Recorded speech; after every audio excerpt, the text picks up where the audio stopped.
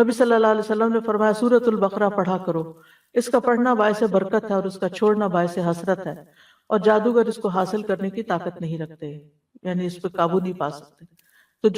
تو اس میں کیا کرنا چاہیے؟ روٹین میں روز سورۃ البقرہ کا کچھ حصہ پڑھتے رہنا چاہیے، جب پھر ختم ہو جائے پھر شروع کرے پھر، یعنی جیسے اگر اور کچھ نہیں تو روزانہ 2 پیجز، یعنی صفحہ ایک صفحہ ادھر ہوتا ہے ایک صفحہ ادھر۔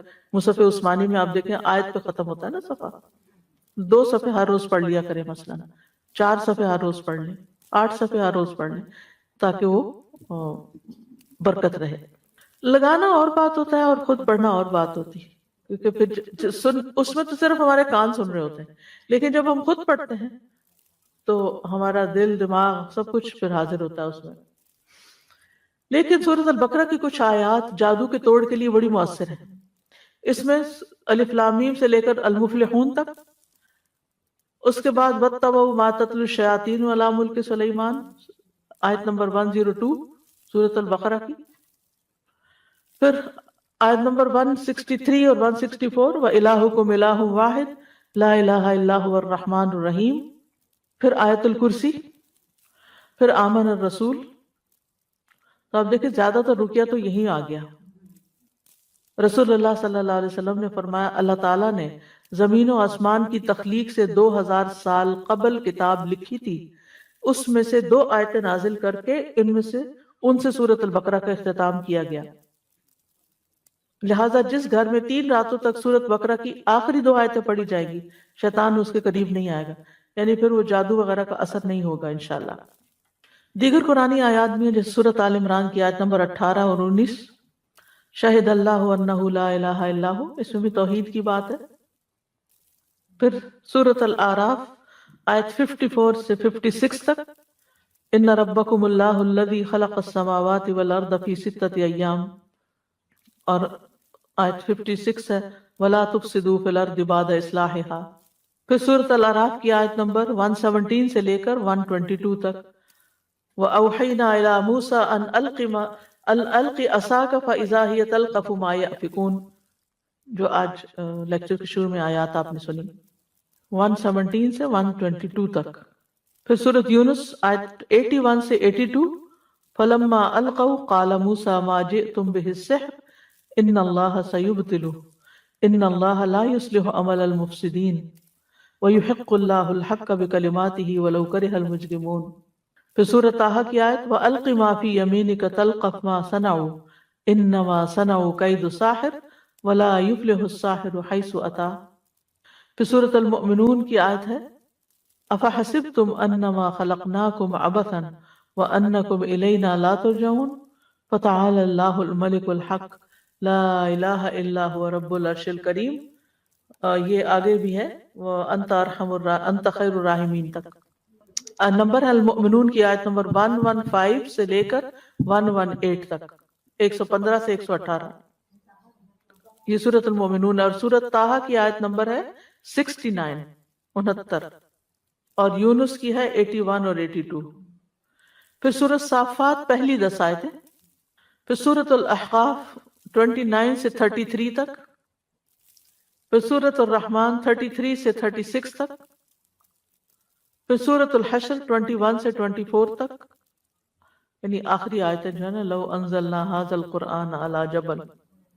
پھر اس کے بعد سورۃ التغابن آیت 14 سے 16 تک، پھر ہے سورۃ الجن آیت نمبر 1 سے 9 تک، پھر معوذات قل هو اللہ احد، قل اعوذ برب الفلق، قل اعوذ برب الناس، پھر کچھ مسنون دعائیں بھی ہیں۔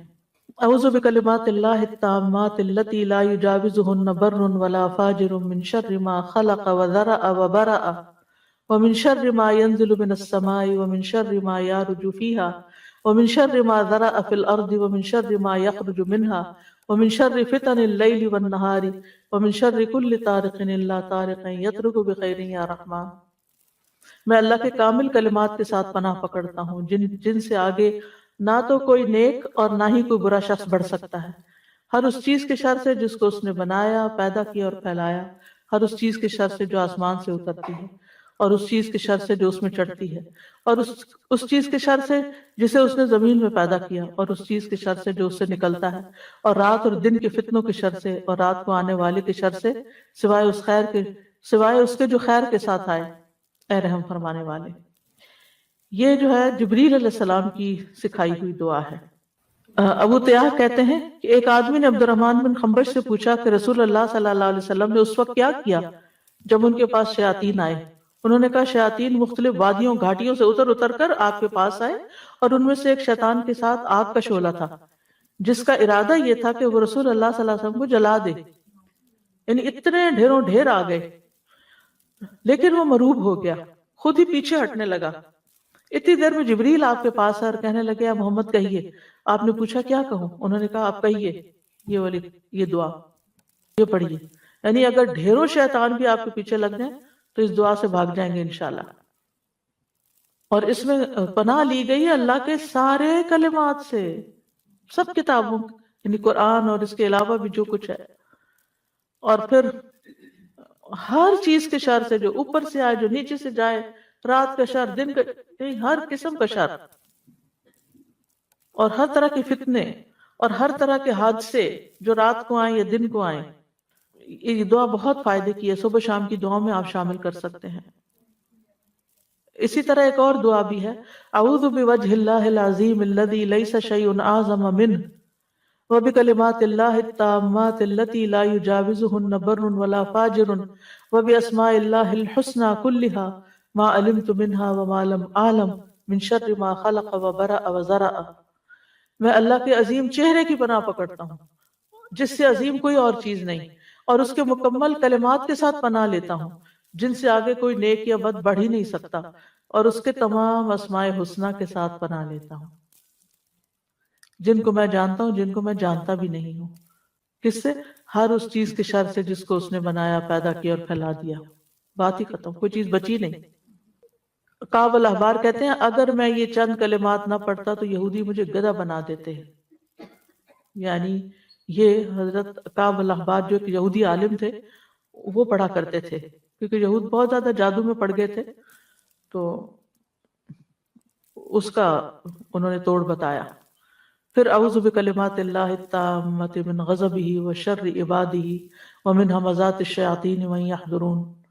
میں اللہ کے تمام کلمات کی پناہ میں آتا ہوں اس کی ناراضگی سے، اس کے بندوں کی شرارتوں سے، شیطانوں کے وسوسوں سے، اور اس بات سے کہ وہ میرے پاس آئیں۔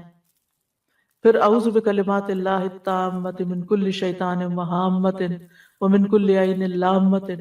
میں پناہ پکڑتا ہوں اللہ کے پورے کلمات کے ذریعے اور ہر ایک شیطان سے اور ہر زہریلے جانور سے، جیسے سانپ، بچھو وغیرہ، اور ہر نقصان پہنچانے والی بری نظر سے۔ پھر 3 دفعہ شام کے وقت اعوذ بکلمات اللہ التامات من شر ما خلق، اور بسم اللہ الذی لا یضر مع اسمہ شیء فی الارض ولا فی السماء وهو السمیع العلیم۔ پھر اسی طرح اگر آپ دوسرے کو دم کر رہے ہیں تو اللہم رب الناس مذہب البأس اشفی انت الشافی لا شفاء الا شفاء الا انت شفاء لا یغادر سقما، یہ صحیح بخاری کی روایت ہے۔ پھر اذہب البأس رب الناس انت الطبیب وانت الشافی، اے اللہ جو لوگوں کا رب ہے، تکلیف دور کر دے، تو ہی طبیب، تو ہی شفا دینے والا ہے۔ امسح البأس رب الناس بیدک الشفاء لا کاشف له الا انت، اے لوگوں کے رب اس تکلیف کو دور کر دے، شفا تیرے ہاتھ میں ہے، تیرے علاوہ کہیں اور سے شفا نہیں مل سکتی۔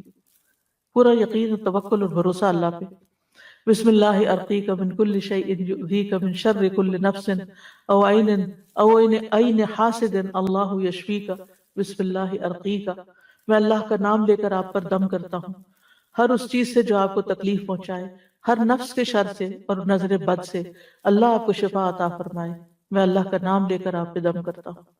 بسم اللہ یبریک ومن کل داء یشفیک ومن شر حاسد اذا حسد وشر کل ذی عین۔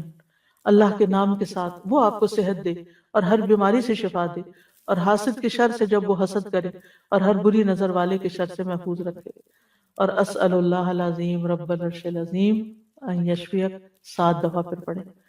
میں اللہ عظمت والے سے دعا کرتا ہوں جو عرش عظیم کا رب ہے کہ وہ تمہیں شفا دے دے۔